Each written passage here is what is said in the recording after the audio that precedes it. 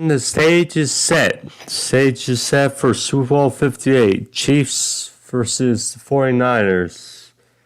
As it will take place in Vegas, February 11th. We shall go over those two eventful games from Sunday between the Lions and 49ers and the Ravens and Chiefs. Give my thoughts on how both those games went about, as well as going into the offseason. Now it's an end, but it's the start of the beginning for 2024 for Detroit and Baltimore, as well as talking about some coaching changes, as now it's down to one head coaching vacancy down in the NFL. Also, speaking of the Lions, so a bit of good news though. Yes, they are now on the heels of a devastating loss, and my microphone almost fell, but Ben Johnson, staying with the Lions, give my thoughts on that, on the eves of the Senior Bowl for college football. So that's always joy to see some of the guys that, continue their graft, show another layer as far as, performing before NFL scouts, giving additional film just to maybe sort of influence more scouts on the rise.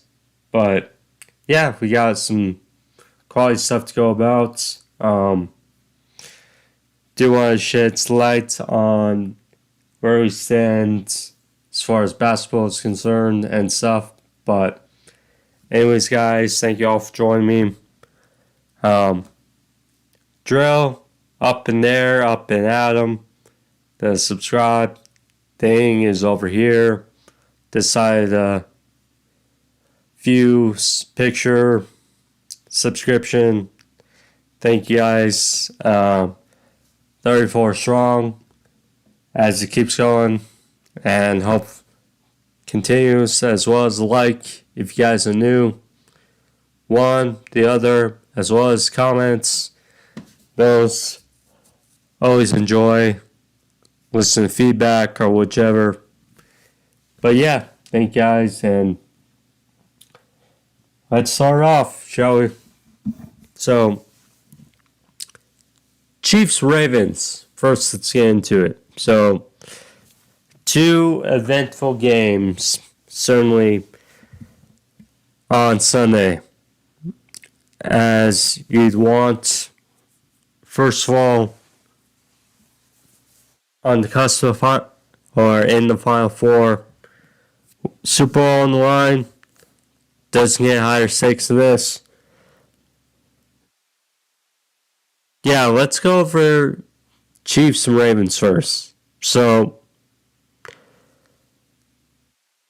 before the game, because I can tell, I can tell who's going to be on whose side when it comes to this. So, there was stuff going on pregame so Justin Tucker, we've seen it before, kickers pregame,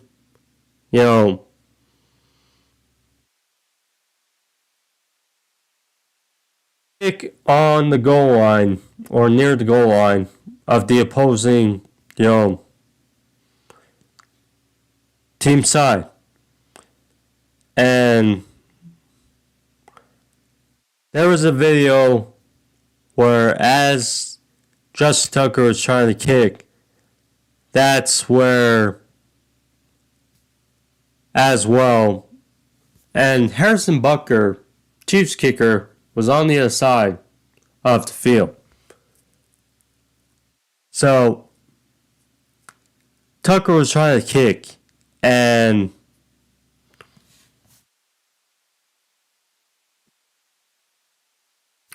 Travis Kelce and Patrick Mahomes apparently did not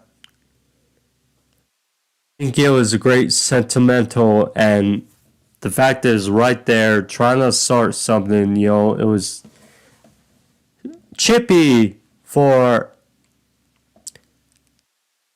a large portion of the game. Large portion. So, throw away his tees, while Mahomes was trying to warm up. I mean, at the end of the day, what I will say is, look, you got all that field. I'm not taking either one sides. I'm just saying it's a large field. And, we've seen Justin Tucker kick on the goal line before games, and this hasn't been. And Kelce and Mahomes choosing to throw, and I mean, look, people say this is Tomlin. People say, oh, Justin Tucker poked the bear. At the end of the day, I mean, you got a large field. Harrison Butker was over there, and we didn't hear remotely what we heard of that. But I mean, yeah, you got some people saying they're acting entitled, and then you got people saying that Tucker poked the bear. At the end of the day, you can't please everyone. But I will say that considering the result on, well, I'll get into it after the game. So we get into the game, and so I made my prediction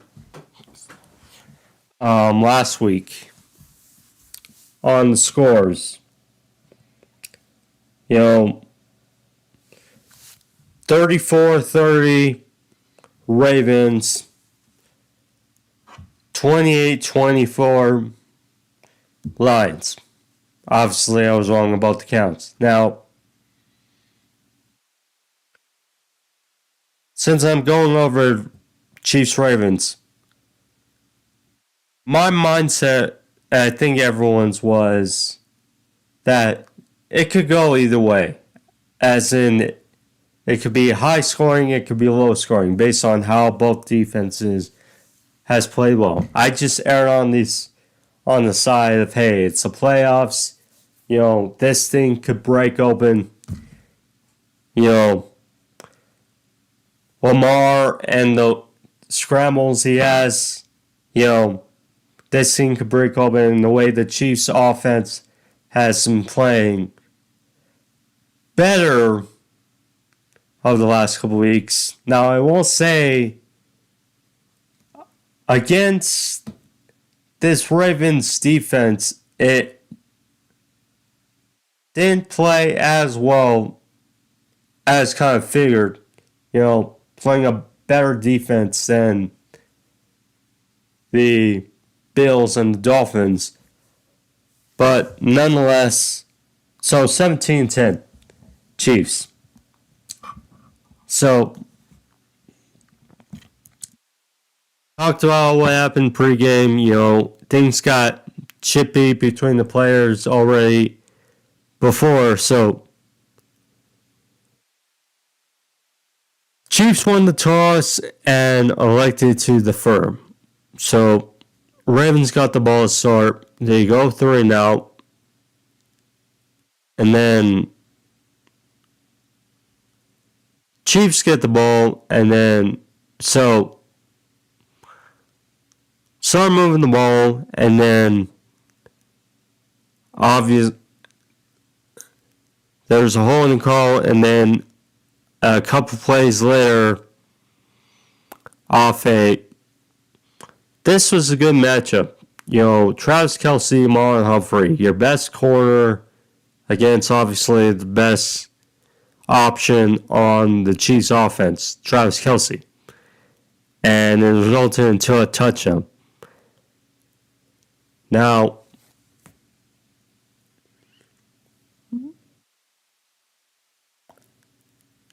at the end of the day, because there's always someone looking through this stuff.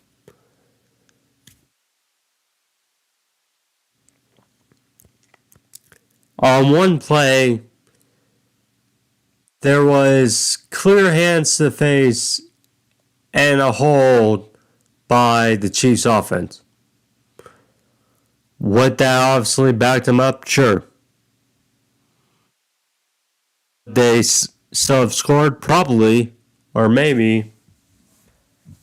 But nonetheless, that's how it is. So, Chiefs go down and get the score. Kind of felt like they had started strong. It's like the Ravens, with how they operated against the Texans after a slow start,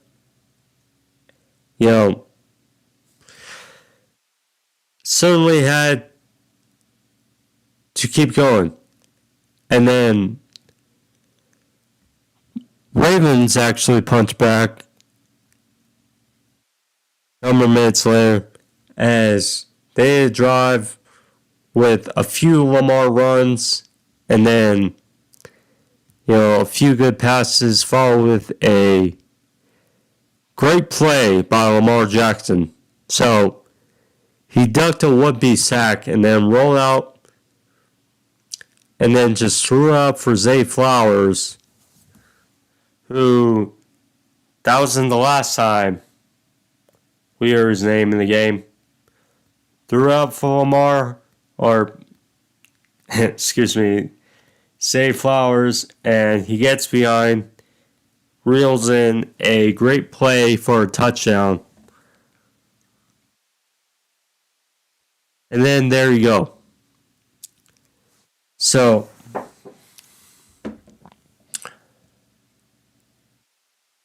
there's that. So,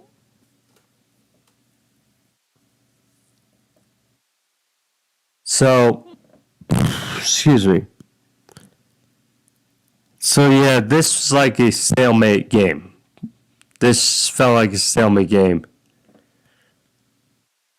But then, next thing you know, Chiefs go trotting down and punch in with Isaiah Pacheco. And then, next thing you know, it's 14-7. So then, you knew Lamar and the Ravens had to respond. So, and this was an interesting mic'd up moment.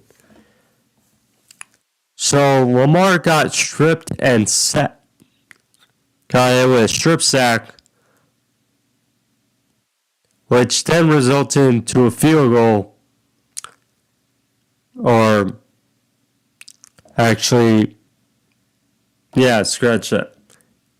Where they went for it on fourth down but didn't get it.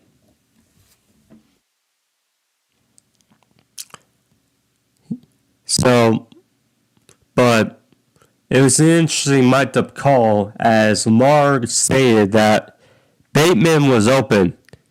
And if he had more time, it would have been, or if he got it off, it would have been 6.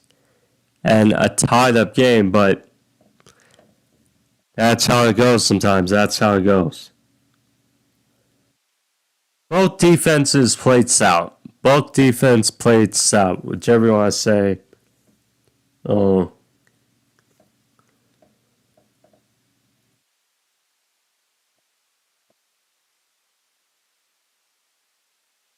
So then,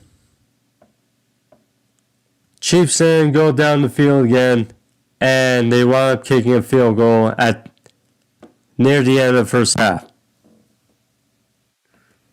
to make it a 10-point lead going into halftime.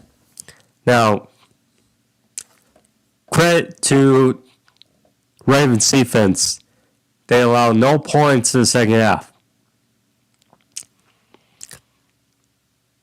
Now, I think we can agree when it looked like Lamar at times during this game, when it should have been scrambles for large games, and wasn't the case. It almost felt like he was told to be more of a pocket quarterback, even though he did have some runs. But yeah, there were times when he looked hesitant. Like he was told not to just not run as much. But I mean, with the Super Bowl on the line and arguably your biggest strength on offense is Lamar's legs. That was weird, but they still had a chance to at least almost tie it, and then, few things, and maybe they will have won it, but nonetheless, it just felt like a weird day for the Ravens offense. And this was the biggest play of the day. So, down 10, almost like a busted coverage or some. So, Lamar throws it downfield, 50-plus yard bomb to, or it turned out to be a 50-plus yard play at first, to Zay Flowers near the sidelines. But this was the first tail. We saw it, Jahmyr Gibbs, rookie mistake against the 49ers. Here's the case for Zay Flowers. First one. So, after that would have been 50-plus yard play. He gets up, throws the ball, and refs notice it, threw a flag.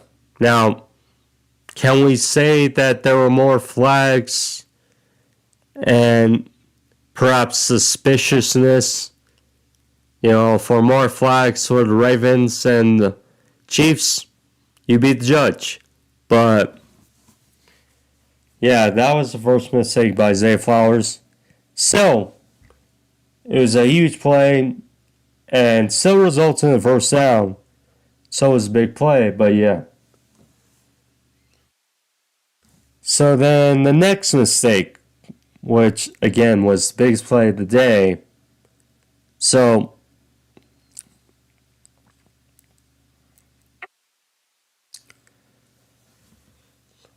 Lamar throws it crossing out a few plays later to Zay Flowers again, inside 10, and it's probably anxious, the circumstances, Super Bowl on the line, down 10, you need to make up for that taunting penalty. So he reached out, and the most, if not one of the most controversial rule in the NFL, according to many, the ball gets punched out of Zay Flowers' hands at the 1 and goes into the end zone for a touchback.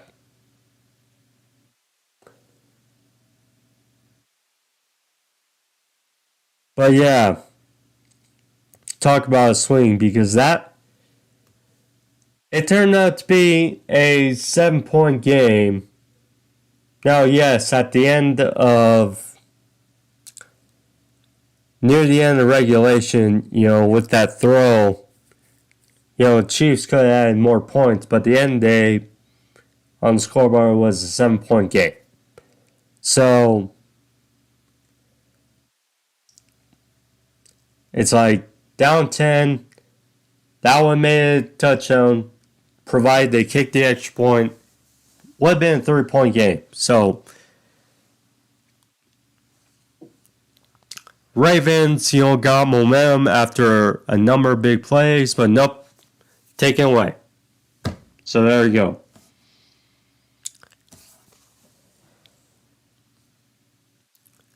Their defense still played south by the Ravens. Again, not allowing any more points.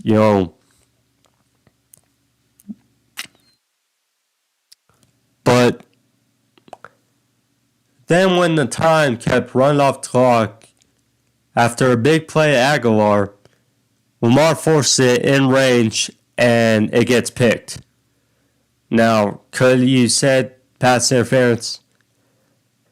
Yeah, but I sound like an idiot for keep calling, and I'd sound like, a guy that's against Chiefs. But could have been pass interference, perhaps. So Lamar forced it there. That was another mistake. Again, in range. There was also another drive where they were outside of Tucker's range, and they could have hit a field goal to make it a 1-score game, take a sack. I mean, it just felt like an off day for the Ravens. Lamar looked hesitant and kind of greedy. So in the end, they knew 2 scores. They got a field goal, but couldn't make a stop when they needed it. So there you go.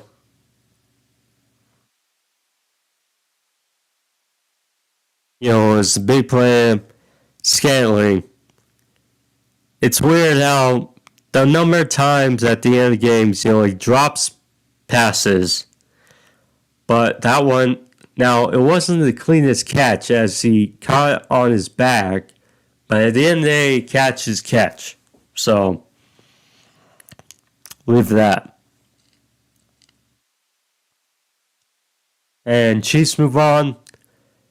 Ravens, it wasn't one done, but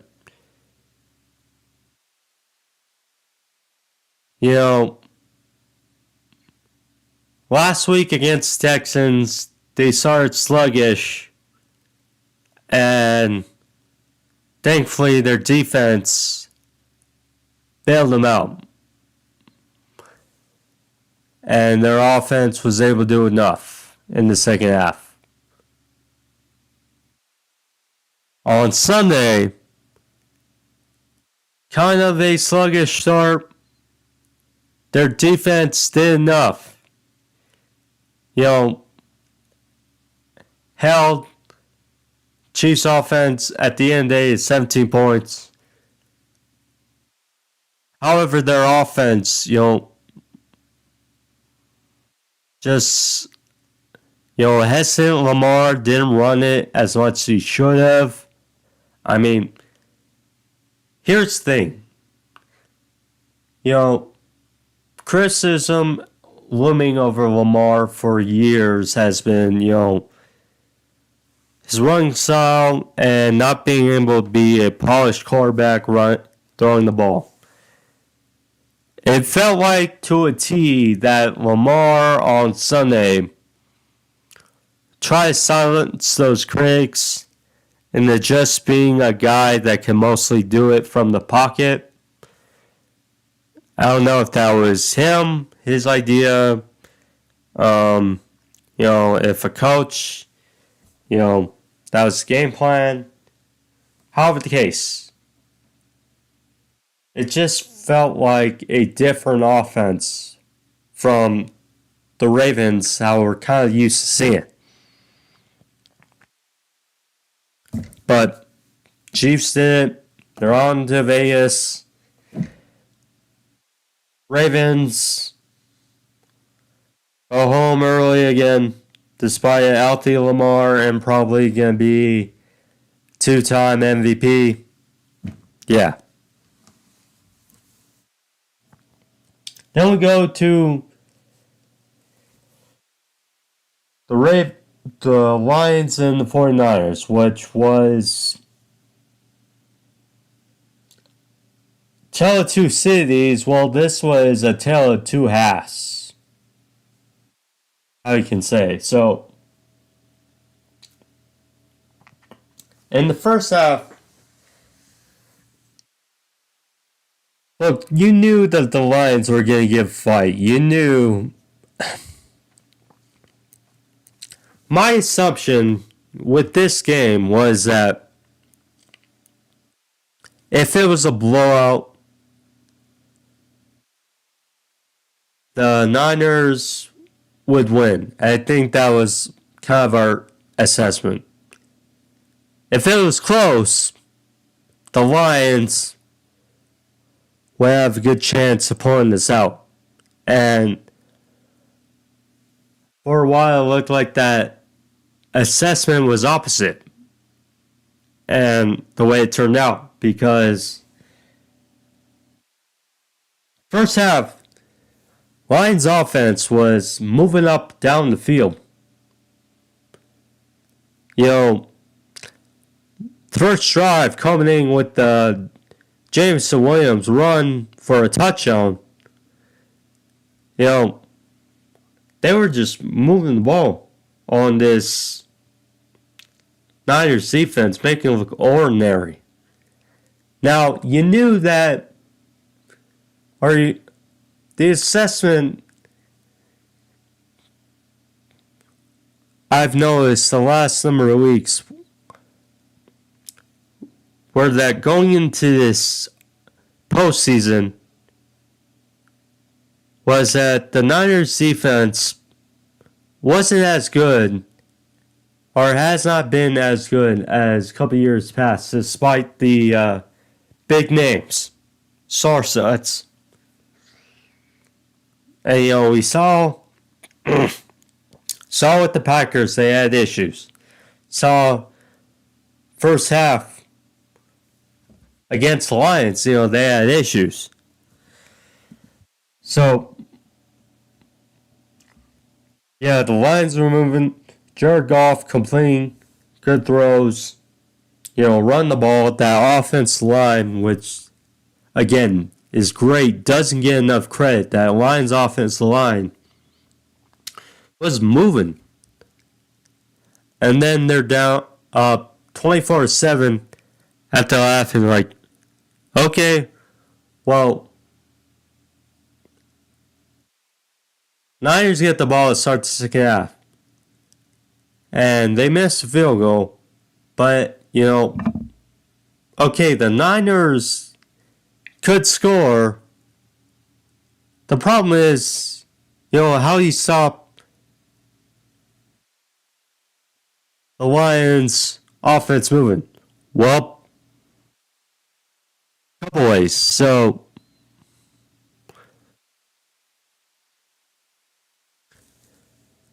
First, Niners offense moved down the field. It felt like Debo was getting into the game. You know, you felt like he had to be a vocal point, if he was healthy this game. He probably wasn't 100%, but he certainly made an impact, especially out of the second half. They moved the ball down, settled for a field goal. But hey, keeping it to a two-score game. Lions 3-out. So then, keep it rolling. So then, Niners then get down the field. A big... This is one of those plays where it's like, Edelman catching the ball in the Super Bowl right before it hits the ground. It's just one of those plays that are like fate and luck, where it's like, okay, perhaps this is when, fate is on their side. So, the play where Purdy throws it to Ayuk, and you look at it and it's overthrown. So, could have been a pick. Hits the defender in the helmet, and then pops back up. Brandon Ayuk catches it and is able to secure it before the ground. No flag was called. Or there was a flag, but they picked it up. And yeah, that was some play by Brandon Ayuk. And then next thing you know, tried in for a score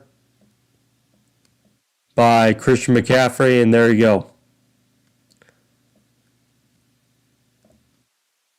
So then, okay, it's a 7-point game. You kind of felt like, well,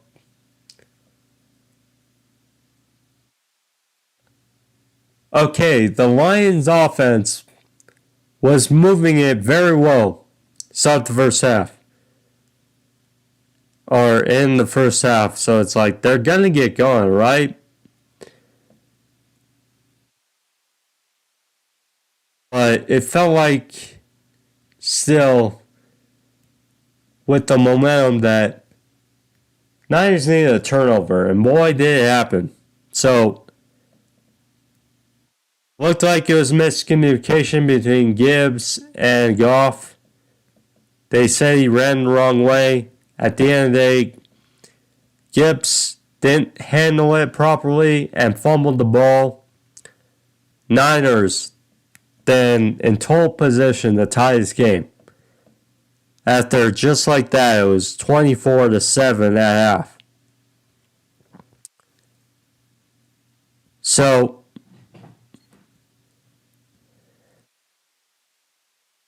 then you kind of expected, they get the ball in to score for a touchdown, and then 24-all, just like that.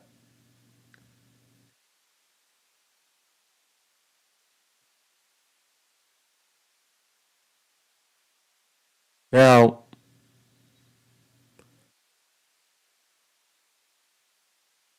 get into it. So,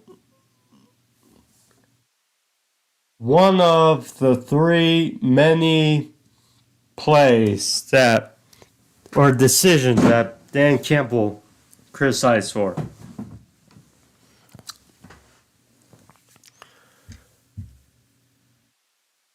So first thing, before they made it a touchdown game. So it was 24-10. Lions were moving the ball. And, it's like, okay, fourth down, in range, if you kick a field goal, it's back up to a 3-score game. But if you don't get it, you're at risk. For the 49ers, it's a 2-score game. Goff throws out. Now, could it have been a better throw? Perhaps. To Reynolds. But at the end, they looked manageable for Reynolds. And he dropped it. So then all of a sudden, that was the first one. So there we go. Pass up, field goal, make it a 3-score game again for the Lions. And Niners went down to make it a 1-score game. So then the other one. So pass tied. Now, Niners are up by 3, but Lions moving the ball again. Now it's late in the game, in the third quarter.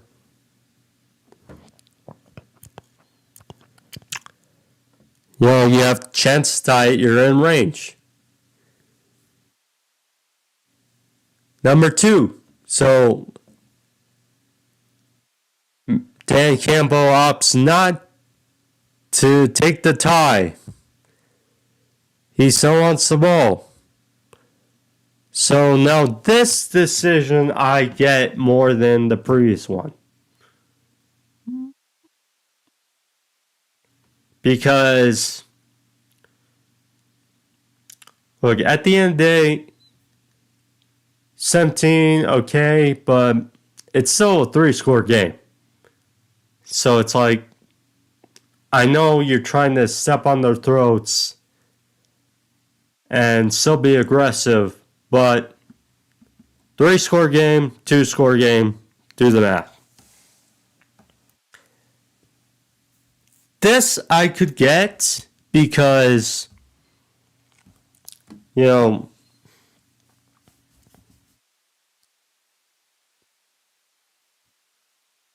momentum's basically all in the 49ers' favor in the second half. And it's like, you want the ball, fine. But the way it developed, so play was set up nicely. Jameson Williams was open underneath. Could have been a first down. But instead, pressure, Goff rolled out right. Throw it downfield. Looked like it was kind of underthrown. And it's incomplete. So then all of a sudden, again, not taking the tie this time. And 49ers got the ball. They run down for a touchdown. All of a sudden, it's a 10-point game.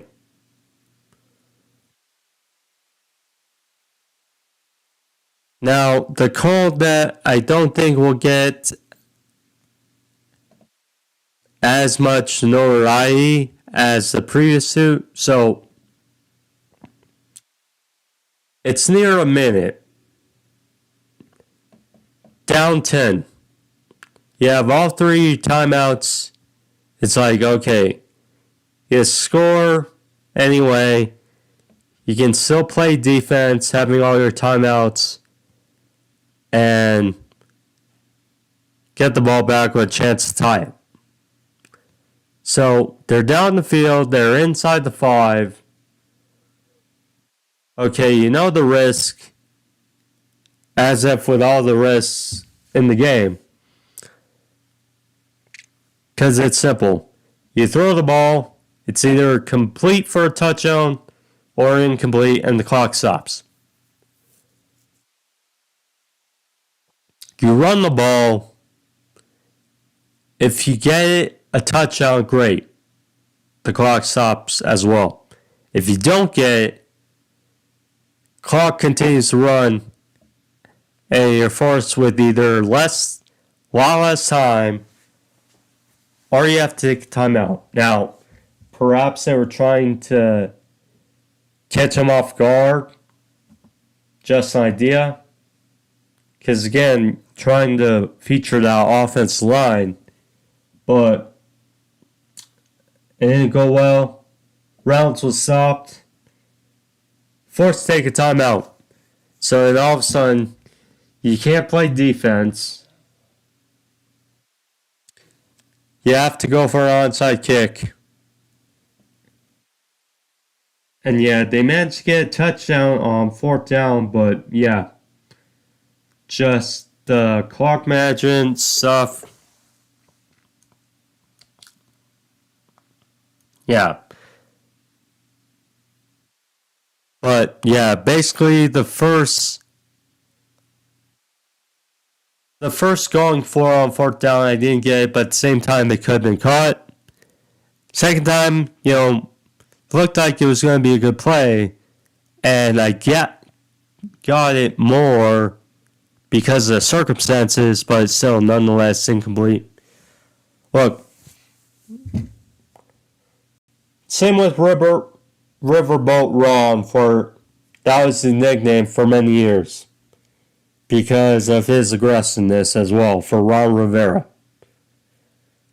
And again, when it goes right, he's a hero. If it doesn't go right, we criticize him for it. I mean,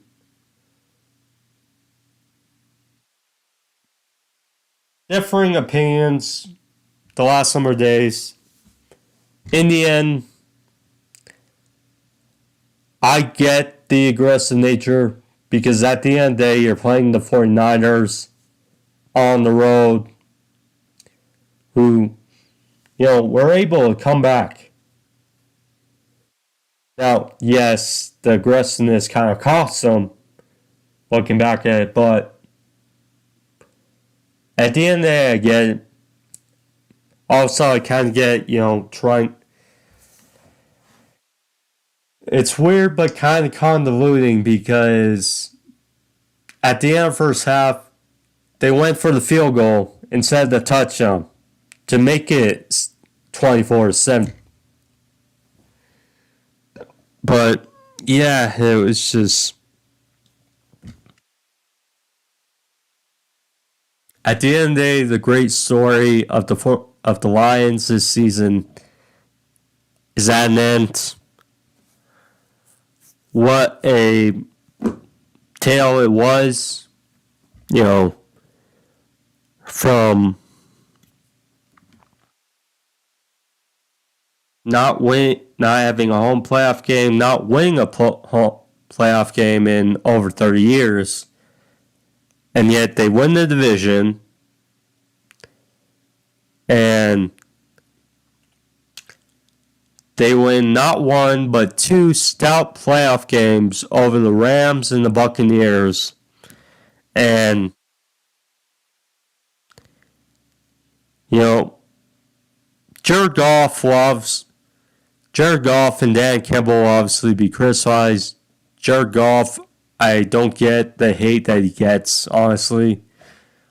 Yeah, at the end of the day, sucks, but what a hell of a tale it was for the Lions this year, and they'll definitely be back, I feel, next year. If anything, this shows that the Chicago Bears need to step up for next season with their draft picks, and they got to know what they're doing because the Lions will still be there. The Packers will be there. You have to admit, Kirk Cousins or someone, it's likely for the Vikings to be, depends record-wise, but I'd say likely better. So, I mean, if the Bears don't know what they're doing with their draft picks, they could be left in the dust for next season. We'll see. But yeah, hats off to the 49ers. Like I said, Brock Purdy proved me and all these skeptics wrong I'm not a skeptic of Purdy. I was just saying, like I said, I was torn. I think many were on this game. Want to see the story of the Lions continue, but also you want to see Brock Purdy power through this shenanigans that gets spoken about. Well, if he beats the Chiefs in Vegas, then that'll be a glorious moment. And the 49ers. Last Super Bowl rematch from Super Bowl 54. When Patrick Mahomes and Tyreek Hill and Travis Kelce, they came back being down 10 to Jimmy Garoppolo and the 49ers. But many players still returning for this matchup. Many players are different. I mean, for example, last time, Patrick Mahomes versus Jimmy G. This time, it's Patrick Mahomes versus Brock Purdy. Last time as well, Christian McCaffrey, he may be the X factor. Because last time, it was Tevin Coleman, it was a running back by committee at that point for the 49ers. Raheem Mostert, their running attack was something. Jeff Wilson. But now, Christian McCaffrey, he's like the motor of that offense. And Brock Purdy being the engineer. So, it's going to be fun. George Kittle said at the end of the game he would be back with a vengeance, and he was right. We'll see how the game goes, but it's going to be fun to see.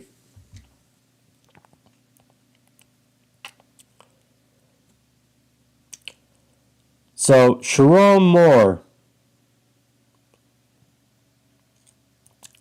for Michigan. No surprise that he was promoted to the head coach for Michigan after Jim Harbaugh leaving for the Chargers. Sharon Moore went 4-0 in his interim status. Basically, while Harbaugh was suspended, keeping the style, keeping the offense, it works, I feel. Browns hired Ken Dorsey, the former offense coordinator of the Bills, as their OC. See how he does. Leslie Frazier took a year off after being fired by the Bills, or let go by the Bills.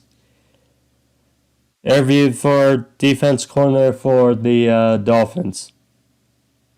Chargers have their GM, Joe Horvitz, as their new GM. Kind of felt like someone affiliated with Jim Harbaugh, was going to take the grass as GM. He, worked many years for the Ravens. John Harbaugh already, we saw Jim, at the Ravens-Chiefs game the other day. I'm sure he has spoken about with, Joe number of times. So, yeah, something there. Arthur Smith, former head coach of the Atlanta Falcons, is now the OC in Pittsburgh. We'll see if he can retool and help Kenny Pickett out, because that is the looming question for the Pittsburgh Steelers offense this season. Brad Izik, he's now the new offense coordinator for the Carolina Panthers, joining excuse me, coming over from Tampa Bay along with Dave Canales to join him from the offensive staff in Tampa Bay or in Carolina. We'll see how it goes.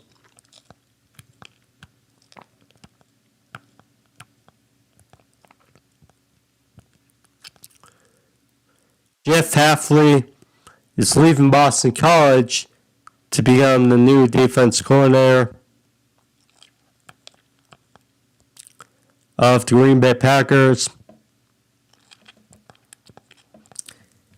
And I mentioned, so for a number of weeks now, the growing consensus was that Dan Quinn was the front runner for the head coaching gig in Seattle. And,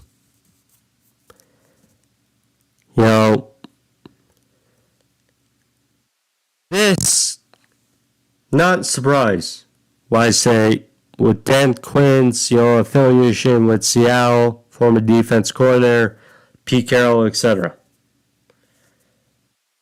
But instead, they have hired Mike Macdonald, the defense coordinator of the Ravens.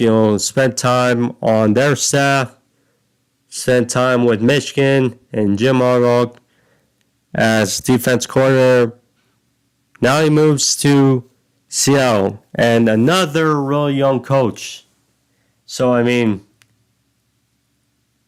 he's now, report said that he's now the youngest head coach in the league, but got him and Sean McVay now in the same division. Well,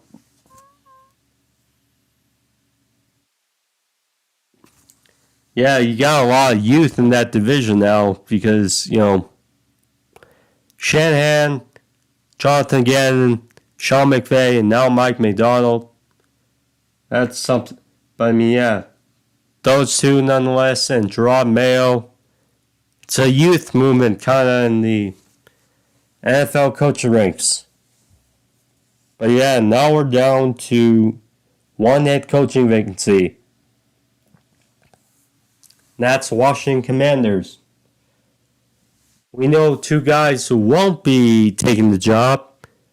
Ben Johnson and Bobby Slowick. Two of the hot head coaching candidates this offseason. As is not the case, as Ben Johnson will be returning to the Lions. I assume hoping that they can finish the job next season, if not soon. Get more experience before he rides the wave of being a head coach. Bobby Slowick, again, really young too. This is kind of his first, big season as offense coordinator after serving for a number of years in San Francisco. So, who is it? I don't know. Eric Bieniemy has interviewed for a job. Dan Quinn, I mentioned, he's interviewed for a job. Anthony Weaver of the Baltimore Ravens, he has. Mike Macdonald, he's obviously off the table. Bill Belichick, he's not interviewed for the Commanders, I believe. Mike Vrabel, it's totally possible that both those coaches are on the unemployment line for next season. It is possible, but we'll see. Yeah, we'll see.